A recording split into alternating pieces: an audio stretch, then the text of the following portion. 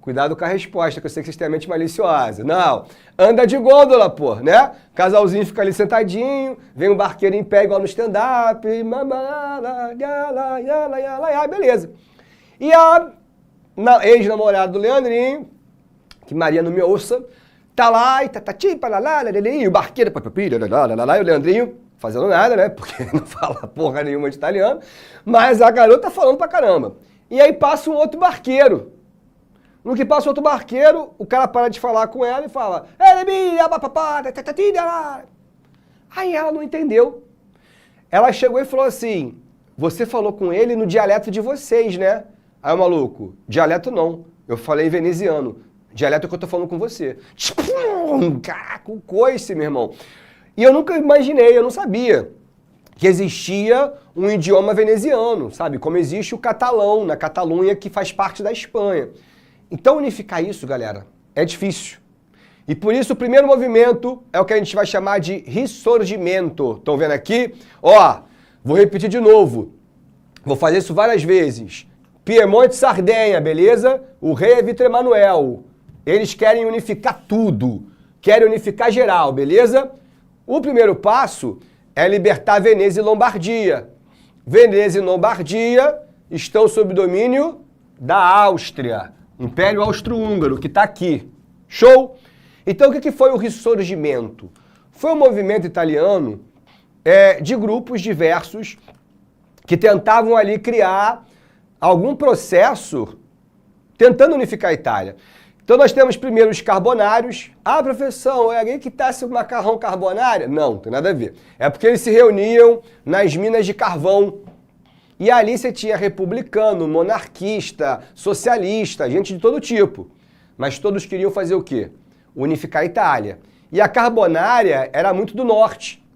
Então, se eles, por exemplo, estão falando isso em Milão, se eles estão se reunindo em Veneza, quem vai dar porrada neles? O Império Austro-Húngaro.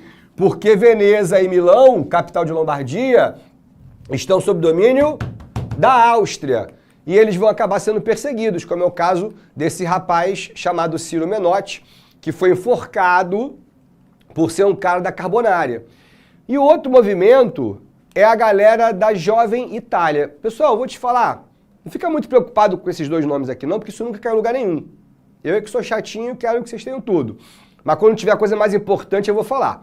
O que eu quero que vocês entendam é que já existe pessoas falando sobre tentar criar uma identidade italiana, que isso é mais difícil. E aí a Jovem Itália, liderada por esse cara chamado Giuseppe Mazzini, essa é a aula dos Giuseppes, tá, gente? Você vai ver uma porrada de Giuseppe. Esse maluco, ele vai apelar mais para a parte cultural, tentando mostrar assim, cara, quando é que nós fomos, tipo assim, muito fodas? Lá no Império Romano, beleza, mas também nós fomos muito no Renascimento. Michelangelo, Da Vinci, Donatello, todo mundo é italiano. Então a gente ainda tem arte aqui? Tem. E aí eles tinham um cara muito brabo chamado Rafael Strazza. Olha o que o maluco faz. Bizarro, né? A Dama de Véu, o troço aqui é de mármore. E ele tá falando, pô, tá vendo, italianos? Isso aqui é um italiano que fez.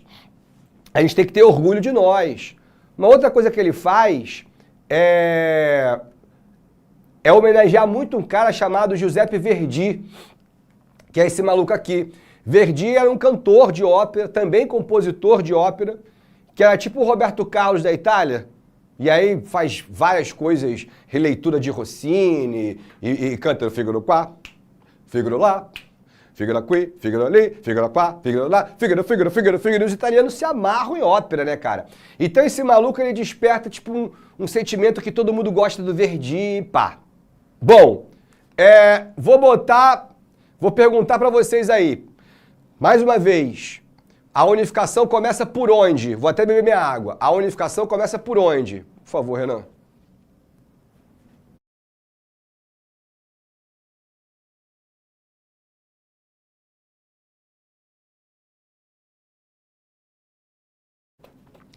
KKKKK não é resposta, hein? Cadê? Começa onde?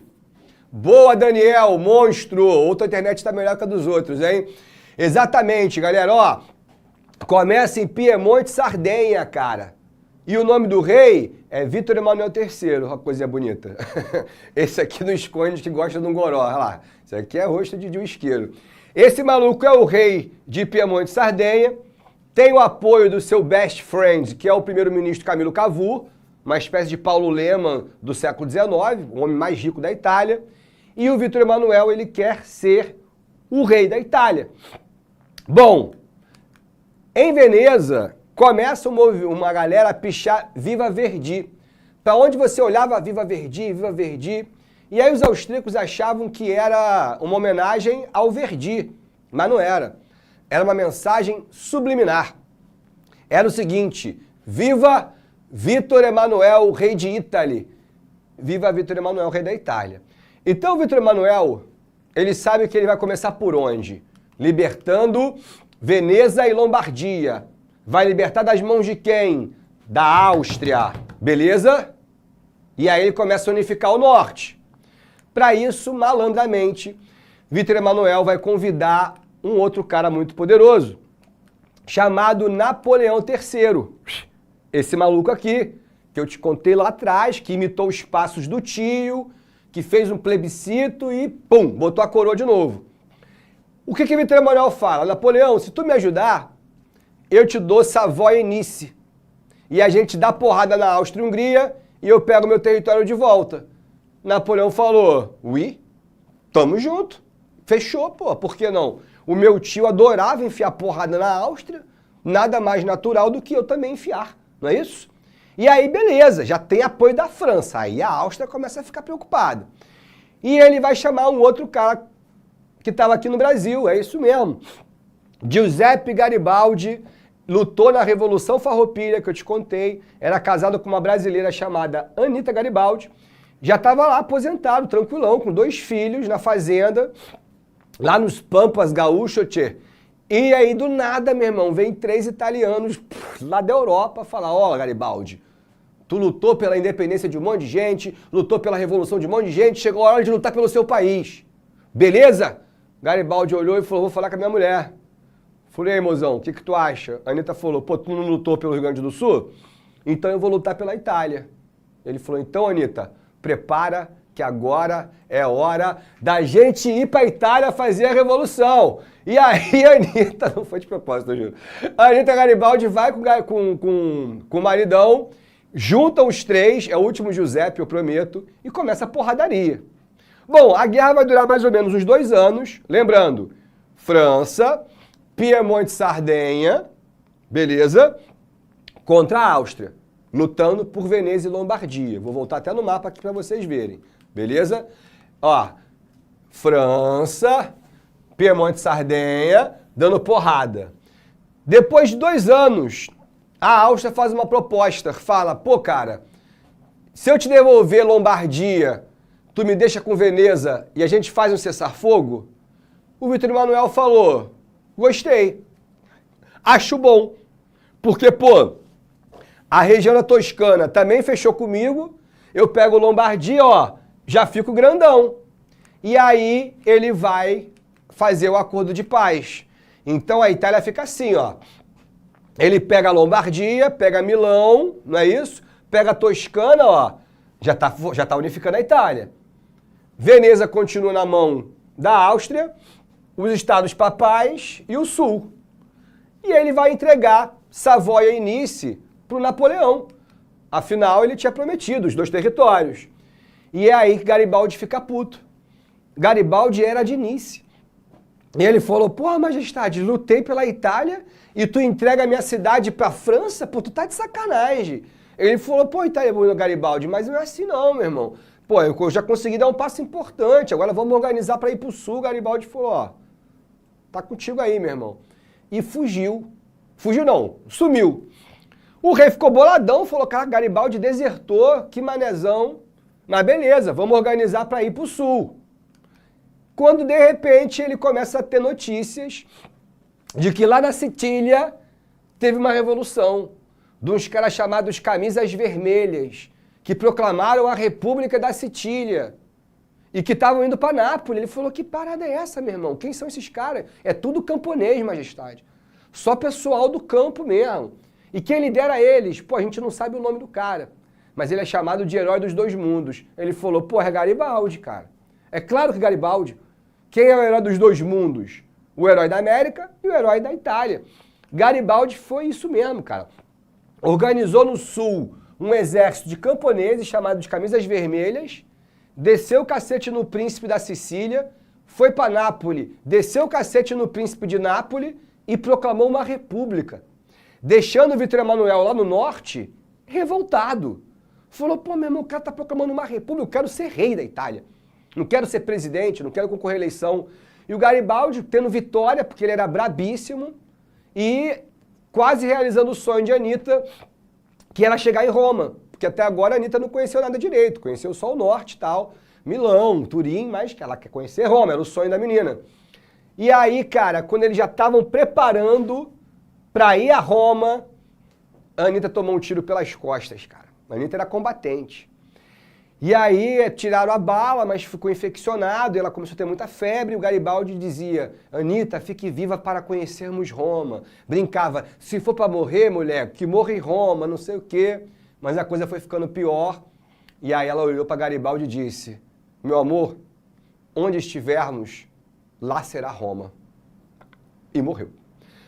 Isso vai deixar Garibaldi na merda, cara. O cara ficou devastado. Na Itália nós temos uma estátua em homenagem a Anitta Garibaldi e uma praça lá, Piazza Anitta Garibaldi, maior orgulho, uma brasileira dando tiro pro alto, atirava melhor que o Garibaldi. Eu vou te falar, isso foi a melhor coisa que poderia ter acontecido pro Vítor Emanuel. Porque ele vai encontrar Garibaldi para tentar negociar e ele encontra um Garibaldi assim, arrasado, e ele olha e fala assim, olha só, majestade, isso aqui é a tataraneta da Anitta. Lembra bastante, né? Isso aqui é o museu dela lá no sul. E aí o Garibaldi olha pro Vítor Emanuel e fala, Vítor Emanuel, a mim não importa mais que a Itália seja uma monarquia ou que seja uma república, desde que seja Itália. E aí Vítor Emanuel falou, então você está me dando? Ele falou, pode ficar com o sul, filho. Eu vou embora com meus filhos, não quero mais saber de guerra. E ele deu de presente, cara, todo o sul pro Vítor Emanuel. O Vítor Emanuel falou, pô, show! Tu vai perceber que esse cara vai ganhar vários presentes. Então agora a coisa ficou séria. Porque agora o Vítor Emanuel é rei do norte, menos Veneza. É rei do sul. E como é que ele pode ficar sem Roma, filho? Então ele manda uma carta pro Papa Pio. Fala, Papa Pio, mete o pé. Mete o pé, porque eu vou marchar sobre Roma e vou finalizar a unificação. Papa Pio falou, não. Ele, Papa Pio, eu não tô brincando não. Eu vou entrar e vai dar ruim pra tu. Ele falou, vem tranquilo. Ele falou, cara, o que tá acontecendo, meu irmão? Mandou um regimento para ver qual era. Quando chegou em Roma, 50 mil franceses parados à frente da cidade, porque Papa Pio, olha a carinha de debochado dele, olha lá, foi pedir proteção para o super católico Napoleão III. Então Napoleão mandou 50 mil caras da França para ficar posicionados em frente a Roma. E isso vai finalizar, quer dizer, isso vai atrapalhar a finalização da unificação italiana. Renan, por favor, deixa eu dar um gole. Então vamos lá, pessoal. A unificação da Itália, tá faltando 2 lugares, não é isso? Tá faltando Veneza e os Estados Papais. Vamos pegar um mapa melhor. Vou relembrar de novo. Vítor Emanuel, o que tá faltando? Roma e os Estados Papais e Veneza. Beleza? Guarda isso, porque agora eu vou falar da unificação da Alemanha. Desse cara aqui, chamado Guilherme I. Bom, existia na Europa 41 estados germânicos. Show? 39 formavam uma confederação germânica, que na realidade era completamente autônoma as regiões, então eram 39 estados independentes, Hamburgo, Hannover, Saxônia e a mais organizada, a Bavária, que tem a lindíssima cidade de Munique como capital, e do lado de fora da confederação, 2 impérios. O Império Prussiano, cujo Kaiser, quando eu falo Kaiser, é a mesma coisa que rei, é Guilherme I, show, e o Império Austro-Húngaro, cujo imperador era um cara chamado Francisco José. Então é óbvio que a Prússia quer pegar a confederação para ela e que a Áustria quer pegar a confederação para ela. Por quê? Porque todo mundo ali é germânico, todo mundo ali fala alemão, todo mundo se reconhece como povo. Então você já viu o seguinte, que a treta vai acontecer entre quem? Entre Prússia e Áustria, porque são os dois maiores estados germânicos que querem abraçar a confederação para si. Show? A Prússia vai dar o primeiro passo. E em 1834, ela criou o chamado Zollverein. O Zollverein era uma zona de livre comércio, de circulação de mercadoria, de pessoas, ia criar até uma moeda única para todo mundo, uma espécie de União Europeia, só que uma União Germânica, entre os 39 estados e a Prússia. Quem ficou de fora? A Áustria, porque a Prússia quer pegar para ela. E a Áustria falou, chega assim, pô, mano, não entendi, Prússia. Tu me deixou de fora da parada? Não é uma União Germânica? Até onde eu sei, eu sou germânico também. Falou, pô, cara, mas só tinha 40 vagas, Áustria. Pô, foi mal, tá? Tu acabou ficando de fora. A Áustria falou, pô, legal, sabe o que vai ficar de fora também? O quê? Dente da tua boca, seu mané. Ou tu me coloca nessa confederação, vai dar treta pra tu, hein? E lá o quê? E aí a Prússia arregou. Ela percebeu que a Áustria era muito mais forte do que ela. E ela não ia conseguir unificar nada. Colocou a Áustria na confederação, colocou a Áustria no Zollverein. É aí que 20 anos depois aparece na história o grande, o magnífico, o inteligente, o brilhante vovô Otto von Bismarck, também bigodudo, característico da nossa tribo, era um Junker, um aristocrata do norte que usavam esses capacetes de aço. E é esse maluco que vai chegar na cara de Guilherme I, não confundam vovô Otto com Guilherme. Guilherme é esse cara aqui, ó, que tem umas costeletas esquisitas. Vovô não, vovô é tranquilão, beleza? Calvozinho e bigodão. E aí ele olha pro Guilherme e diz o seguinte, majestade, diplomacia sem armas é como música sem instrumentos. Ou seja, o que ele está falando? Não adianta querer unificar sem guerra, pô. E para fazer guerra, tem que ter um exército. Para ter um exército, tem que ter indústria. Então Bismarck é nomeado chanceler e começa um programa bélico prussiano que vai durar mais ou menos 10 anos. Ele vai ficar, ó, arma, munição, traz engenheiro de Frankfurt, e já é aquela família que a gente vai ver depois, família Porsche, família Mercedes, família, quer dizer, galera da BMW. E é uma tecnologia alemã que ninguém conhece. E o cara tá fazendo arma pra cacete. 10 anos ele olha, meu irmão, e tá todo mundo muito bem armado, um exército cheio de blindado, um exército que o mundo nunca viu. Mas ele é muito esperto. Ele quer derrotar quem? A Áustria, não é isso? Porque eles estão disputando o quê? A Confederação Germânica. Mas o Bismarck começa a arrumar treta com a Dinamarca. Falou, pô, Dinamarca, ó, Dinamarca é esse pedacinho de terra aqui, beleza? Vou puxar um zoom. Vlupt. Pô, Dinamarca, tu tá com 2 ducados que falam alemão, né? E tu nem fala alemão, tu nem é alemã, tu nem é germânica. Pô, tu acha certo mesmo tu governar 2 ducados que nem é teu povo? E a Dinamarca falou, pô, qual é, cara? Tô aqui de boa fazendo meu chocolate aqui em Copenhague, tu tá de bobeira querendo arrumar problema comigo? Problema tu tá arrumando com os germânicos, pô.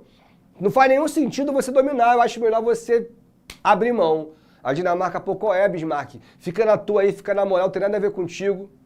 Bismarck, mano, vai chamar quem?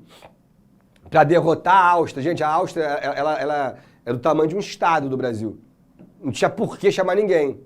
Bismarck vai chamar a Áustria.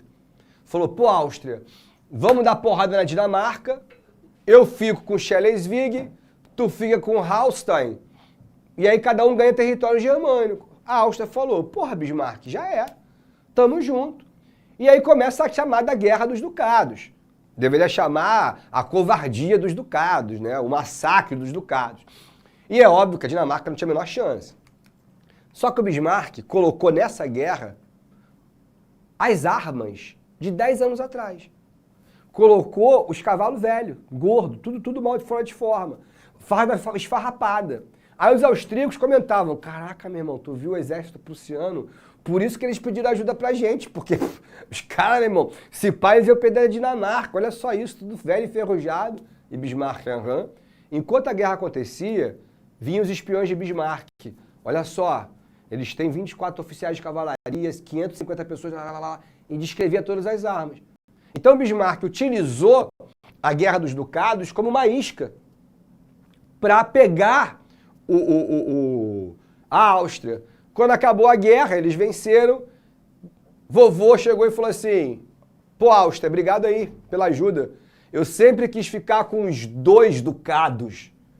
Que 2 ducados, rapaz? Áustria é meu, não é teu não, é meu.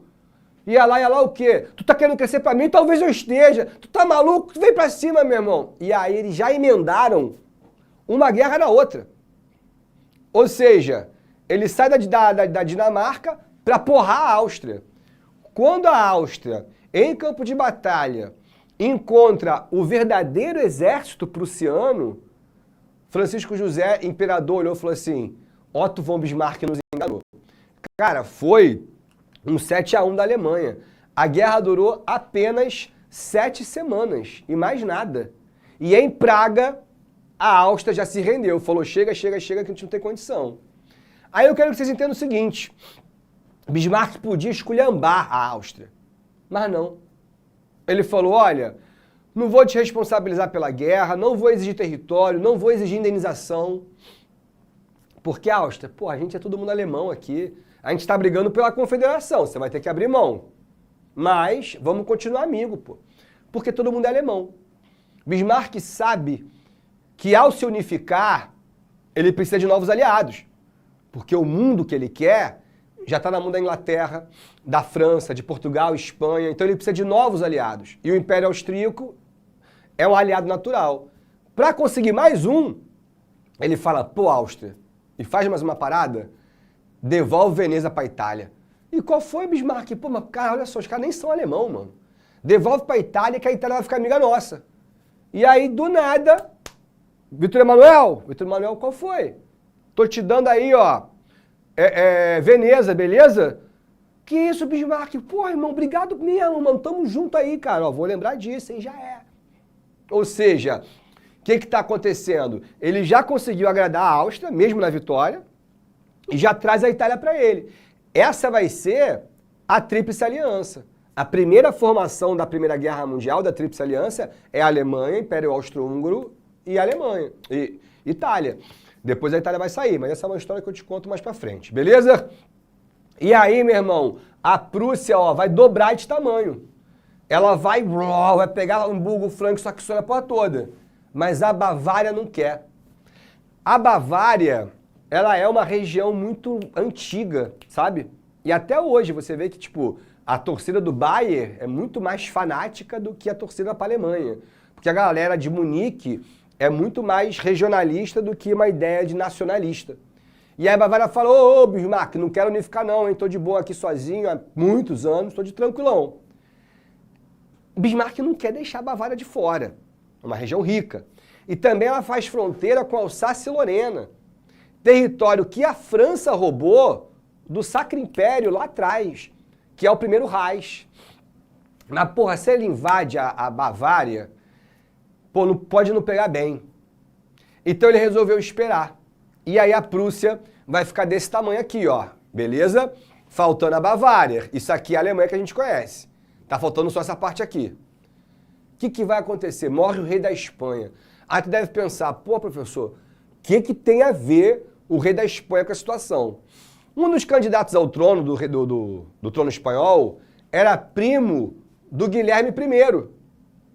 Então a possibilidade de ter um cara da dinastia Rohan aqui e um outro cara da dinastia Rohan aqui, isso incomoda quem? A França. Foi pelo mesmo motivo que lá no século XVII a França venceu o Sacro Império e roubou Alsácia e Lorena, porque ela estava cercada.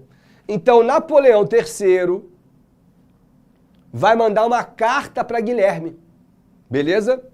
Essa carta chega, Guilherme, diante do seu conselho, abre a carta de Napoleão, estava escrito assim: Caro Kaiser Guilherme I, a possibilidade de seu primo assumir o trono espanhol colocará a França em uma situação delicada em suas fronteiras. Peço que nos encontramos para debater uma saída. O Guilherme acabou de ler. Vovô falou: posso falar uma coisa, majestade? Claro, Otto. Diga. Senhor, não responda a Napoleão. Como não, chanceler? Você quer que eu ignore a carta de um chefe de Estado da França? Eu falei assim: pô, majestade. Mas ele não tem que se meter nas intenções políticas de sua família. Se o teu primo quiser assumir o trono espanhol, Napoleão não tem nada a ver. E se tiver, falou: se tiver o quê, Bismarck? Majestade, se tiver, a gente está preparado para uma guerra. Ele falou: para com isso, chanceler. Presta atenção. Napoleão III é um amigo que eu tenho. E eu não quero uma guerra contra a França, Bismarck. Você me entendeu? Mas você me entendeu? Claro, majestade. E aí, Guilherme foi, pegou a peninha e respondeu: Caro Napoleão III, compreendo perfeitamente o que está a me pedir, faremos a conferência e estou certo que encontraremos uma solução pacífica. Seu amigo Guilherme I dobrou a carta, botou a velhinha vermelha, pegou o selo do rei. Quem esticou a mãozinha falou: majestade, pode deixar que eu me responsabilizo pela entrega da carta? Vovô. Obrigado, Otto von Bismarck. Com licença, majestade. Saiu ele e foi para o gabinete. Trancou-se no gabinete e abriu a carta do rei. Já é um crime. Abriu e começou a ler a resposta educada e começou a dizer: Nein, nein, nein. Jogou fora a carta. Falsificou a carta. Pegou e fez uma carta falsa. Ô Napoleão, bundão, não gostou, me bate, tal, trouxa, covarde. Meu irmão, esculhambou o cara. Assinou, e o que ele tinha falsificado? O selo do rei. Botou a velhinha vermelha. Chamou o mensageiro, o Jeremy Steiger, que é alemão. Jeremy Steiger, sim, chanceler, você vai entregar essa carta nas mãos de Napoleão III. Em apenas 3 dias, senhor, entrega. Não, para, Jeremy Steiger, olha só. Você vai levar essa carta, mas você vai demorar 10 dias. Mas, senhor, é uma carta... Você vai demorar 10 dias, seu animal. Vai a pé, então. Tá bom, senhor. Vai. E aí, enquanto Jeremy Steiger viaja lentamente até Paris, Bismarck vai na Bavária. Chegou, acho que eu vou botar no outro aqui, ó. Chegou aqui na Bavária e falou assim: galera, os meus espiões me disseram que Napoleão Bonaparte quer invadir vocês. Os caras: que isso? Mas a gente não tem nada com Napoleão. Falou assim: pô, mas tu não sabe como é que são os Bonaparte? Eles cagam de guerra, meu irmão. Então eu tô te dando papo porque eu sou teu amigo. Falou: mas Bismarck, se ele nos invadir, nós teremos chance. Ué, gente do alemão, pô, chama o pai. Chama o pai que eu vou resolver pra tu. Falou: vai mesmo, Bismarck? Pô, tô te falando, pô, muito obrigado, é nóis. Tudo mentira. Napoleão não queria invadir nada. A carta chega. Quando ele lê a carta desaforada, aí, meu irmão, ele ficou muito puto e declara guerra à Prússia. Guilherme não entendeu nada. Quando o Guilherme foi entender, era tarde demais. O país dele já estava sendo invadido.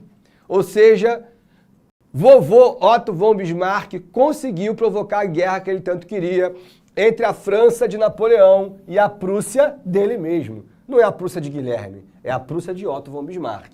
Agora se liga, se a França está em guerra, ela pode se dar o luxo de manter 50 mil soldados aqui? Não. O que ela faz? Pega de volta. Tinha uma seta aqui assim, ó. E aí o Papa: que isso, Napoleão? Você não pode me abandonar. Falou: pô, Papa Pio, desculpa. Eu tô em guerra, mano. Não tem como manter aqui. Quando os 50 mil vão embora, Vítor Emanuel olha e diz, e pergunta: e agora, Papa? Quem irá lhe proteger? Então, ele invade Roma e ele vai finalizar a unificação italiana, porque é óbvio que não existe uma Itália sem Roma. A igreja vai se espremer nos edifícios dela, catedrais e basílica, etc., e ela vai perturbar a vida dos reis até 1929, quando o senhor Benito Mussolini vai assinar o Tratado de Latrão. E o Tratado de Latrão deu à Igreja o Estado do Vaticano.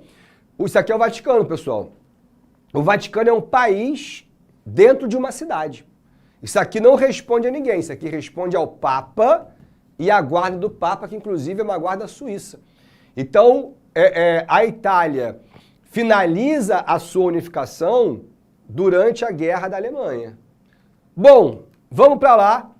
E aí, quando a Bavária observa as tropas francesas se aproximando, o que a galera pensou? Caraca, Bismarck estava certo. Bismarck, Napoleão está nos invadindo, eu te falei, você vai nos ajudar? Claro que eu vou. Muito obrigado, com uma condição. Porra, não tinha condição, mas agora tem. Quando eu vencer Napoleão, acabou essa história de Prússia e de Bavária. Quando eu vencer a França, vai ser a Alemanha. Tu me entendeu, Bavária? Ou isso, ou boa sorte com Napoleão. Aí a galera da Bavária ficou assim, ó. Caraca, filho da mãe, né, cara? Pô, mas aí vou encarar Napoleão sozinho? Entre francês e alemão, melhor ficar com o alemão. Então, beleza, Bismarck.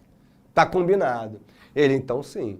E aí eclode a Guerra Franco-Prussiana. A guerra durou 1 ano, como vocês podem perceber, e, incrivelmente, para surpresa da Europa, a Alemanha não tomou conhecimento, cara.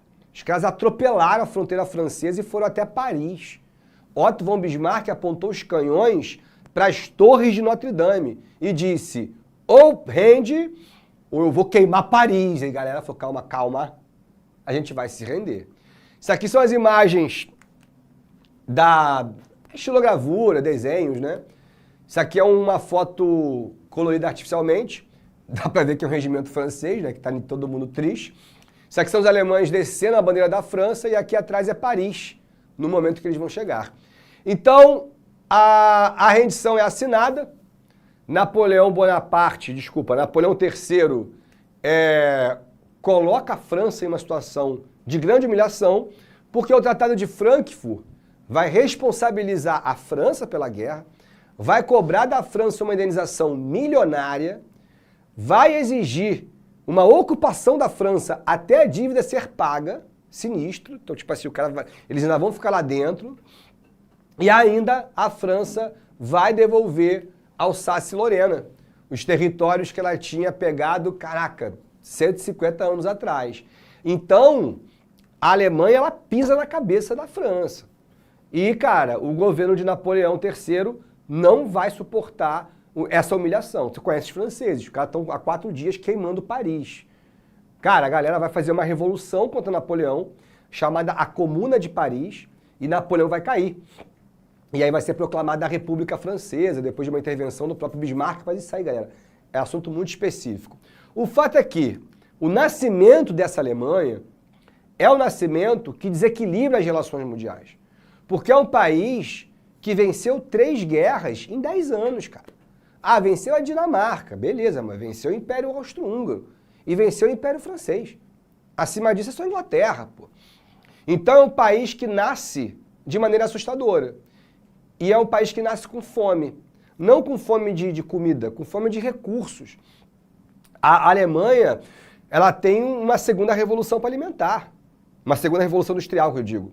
Ela precisa de petróleo, ferro, aço, manganês, cobre, madeira.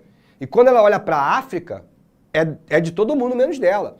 Quando ela olha para a Ásia, é de todo mundo menos dela. Quando ela olha para a América já está independente. Então a Alemanha é o convidado faminto que chegou no final da festa.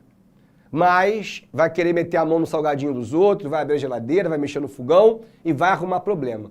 Esse é o nascimento da Alemanha. É um país que nasce muito poderoso e com uma política externa muito agressiva, que não tem medo da guerra e que fomenta a guerra como forma de redistribuir o mundo. Isso incomoda a Inglaterra. A Inglaterra, nesse momento, ela tem 22% do território mundial, cara. 1/4 do planeta é da Inglaterra. Então ela sabe que se existe um país sedento por território, é um país inimigo dela. E isso faz a Inglaterra romper o seu isolamento que durou 100 anos. Porque a Inglaterra olha para a Alemanha e fala, eita, que parada é essa, hein, meu irmão? Que país é esse que nasceu aí? Em 20 anos, a Alemanha supera a Inglaterra em produção de aço, em produção de ferro, em produção de arma. É isso que faz a Inglaterra falar, France, nós que sempre fomos inimigas, chegou a hora da gente começar a conversar. E a França fala, concordo plenamente. Acho que nós, que sempre nos odiamos, agora temos um inimigo em comum. Chama-se Alemanha. Então a Inglaterra é muito bem-vinda, e aí começa o namorico de dois países que só se comunicaram através das armas. Mas bastou, sabe aquela história? O inimigo do meu inimigo é meu amigo? É exatamente o que aconteceu. E a França vai alimentar, por toda uma geração, um sentimento de revanche, que a gente chama de revanchismo francês. A geração derrotada, ela prepara a próxima geração para a guerra. Como quem diz, nós perdemos, mas vocês vão crescer, vão treinar e vão derrotar os alemães. Isso era, cara, falado em jornal, em rádio, era ensinado em banco de colégio. Então tava lá o pequeno Jeanzinho lá, no jardim, no fundamental, tia, sumiu minha borracha. Sabe de quem é a culpa? Não, dos alemães. Eu odeio a Alemanha. Todo mundo fala junto, eu odeio a Alemanha. Porque, meu irmão, e a galera cresce como? Então, a unificação da Alemanha e da Itália, ela já é, no século XIX, o desenho da Primeira Guerra Mundial. Tá chegando, mas ainda não vou te contar agora. Vou te contar semana que vem, imperialismo e depois Primeira Guerra Mundial. Fui! Assista nossas aulas a hora que você quiser. Vem com o Pro, o cursinho online que mais aprova no Enem. Assine em proenem.com.br.